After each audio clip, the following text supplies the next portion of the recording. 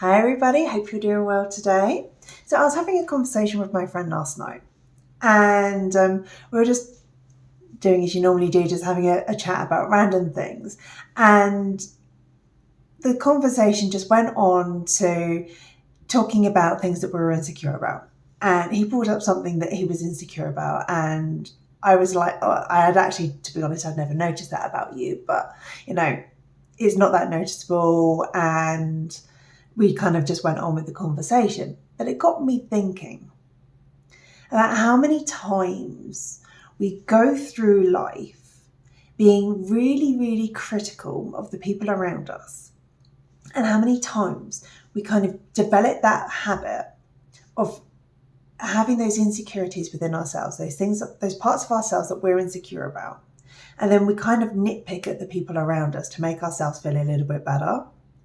And it's something that we're not proud of, and something that we don't always necessarily identify that we do. But most of us do this because we kind of, it's like a defense mechanism, isn't it? If other people around you have faults, then you feel a little bit better about your own faults, right?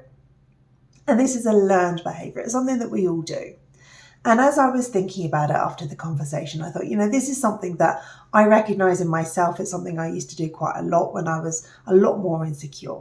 So I used to do that. I don't do it so much now as I've been working on myself, my healing and my self-love. I don't do it so much. I'm a lot happier with myself, and I don't do this as much.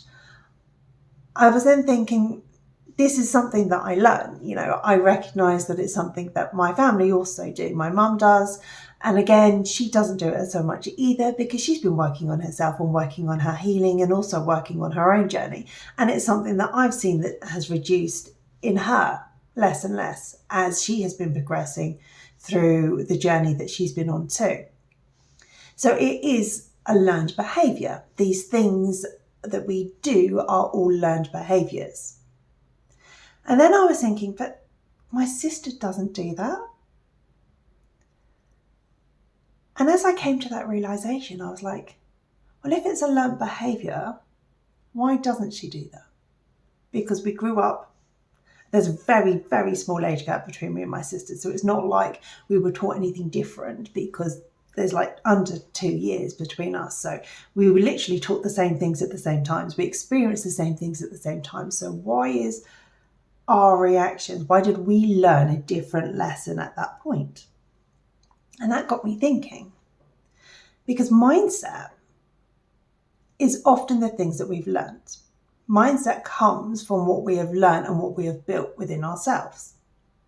And we often look back at our past to find out where our mindset has come from and how it has developed. And it's our skills and our experiences that have shaped how our outlook on life, which has created our mindset. So it would make you then think that the mindset that you have would be the same mindset of everyone else in your family because they all went through the same experiences that you did. But my mindset and my sister's mindset, and there's a very, very small age gap. So in theory, we should be very, very similar in our mindsets, in our outlooks, in our attitudes, are polar opposite. Me and my sister could not be more different. We even look very different. I mean, if you were to put us together, you would not associate us as being related because we are that different. And yet we grew up exactly the same. There was no preference from our parents. There was no favourite child. There was no difference in how we were treated. Our schooling was exactly the same. Our behaviour was the same. We were treated the same way. There was literally nothing that happened to one of us that didn't happen to the other. There was no event. There was nothing that caused such a difference in perspective. And that really, really caused me to think, if that's the case, and our whole mindset is created from our experiences, why are we all so different? What is it that's actually causing all of these blocks? What is it that's actually causing us to have these periods where we physically can't move forward? These periods where we're overly self-critical, where We physically can't move ourselves forward. When we look back and we can't identify anything that's actually caused it.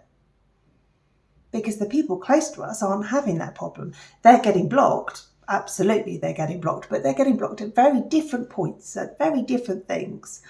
We have very different mindsets and we get blocked for very different reasons. So what is it that's causing that? Where is this coming from? Because logically speaking, it should be the same. So if this is something that you've been wondering, if you've been looking at it going, why am I getting so stuck? Why am I getting so blocked? Why are the people around me making that leap and I can't? Why are the people around me breaking free of those cycles or not even creating those cycles? And yet I'm stuck and I can't figure out what it is that's causing this. Because looking back, I can't identify anything that is causing that. If that's what is happening to you, if that's the question that you're having, then what you need the series that I've just released, or I'm in the process of releasing. It's in pre-release at the moment. I'm going to drop the link down, and at the moment, if you want to sign up now, there is a discount code because it is being dropped at the moment. It's all about this. It's all about identifying what actually is causing this. It's finding where these blocks are coming from. It's understanding the reason why you can't identify this. It's peeling back those layers. And then it's giving you the information you need to actually find the way through. So check that out.